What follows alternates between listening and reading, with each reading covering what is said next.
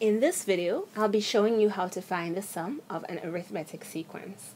So before I show you any formulas, I want to show you a pretty neat trick of where the formula came about.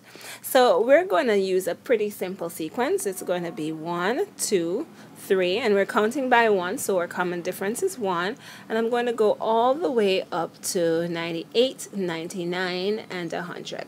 So we're counting by ones the whole way through. So our first term, let's put that in the corner here. Our first term is just 1. Or nth term is 100. The number of terms is 100 that we're adding, and we're trying to find the sum. So we're trying to find S100. Okay. All right. So with that, we could type this into our calculator: 1 plus 2 plus 3 plus 4. But so much work. We could also, and I love this idea, pair up our numbers. So our first number plus our last number would be 101. We could do that again. Our second number and our second to last number, when you add them, you also get 101. Our third number and our third to last number, you get where this is going. You get 101. So how many 101s are there? Well, remember that the number of numbers is 100 in this case, which means that the number of pairs is half that. So the number of 101s is 100, or to be general, n over 2.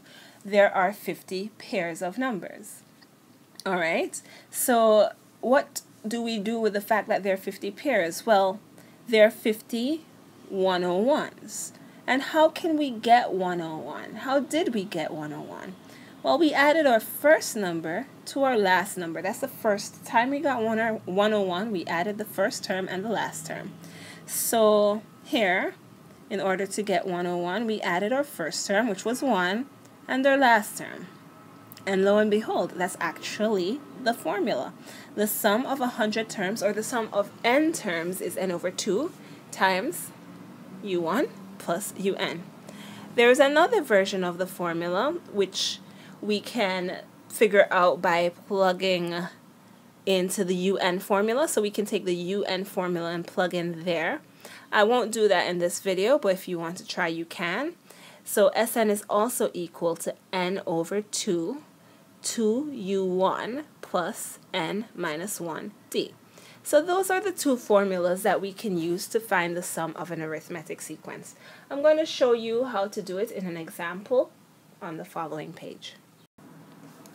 Okay, so here we have an arithmetic sequence. It starts with 7, goes on to 10, 13, 16. So we know that our first term, or u1, is equal to 7. Our common difference is equal to 3. And we're being asked to find the sum of 20 terms, so n is 20. So the formula, I'm going to show you both ways with the same example. The formula is Sn equals n over 2 u1 plus un.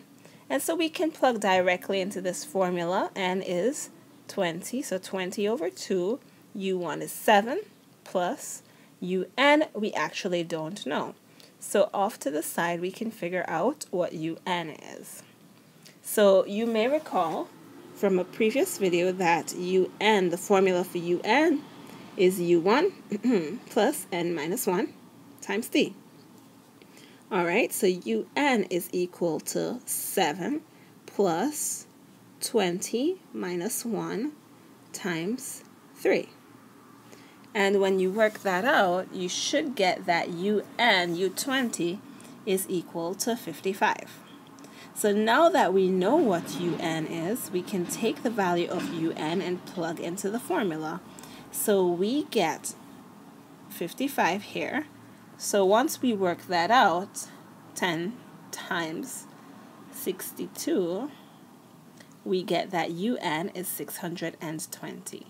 So that's using the first version of the formula. I want to show you the other version of the formula just so you can pick whichever you prefer. But both of them work in the same exact way and will get you the same exact results. Okay, so this is the same exact problem, the same exact u1, d, and n. Everything is the same. But now we're going to use this version of the formula instead. Sn equals n over 2 times 2u1 plus n minus 1 times d. Alright, so you may be asking, why on earth would you choose to use this formula, which looks so much more complicated than the other formula? Well, if you use this formula, you only have to plug into one formula. There's more room for error within all of this going on, but it's just one formula.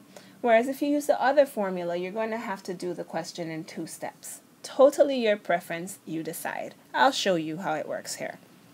So we're being asked to find S20. So we have 20 over 2 times u1, which is 7, plus n, which is 20, minus 1, times d, which is 3. Now, if you're plugging directly into your calculator, you do have to know where all the appropriate parentheses go.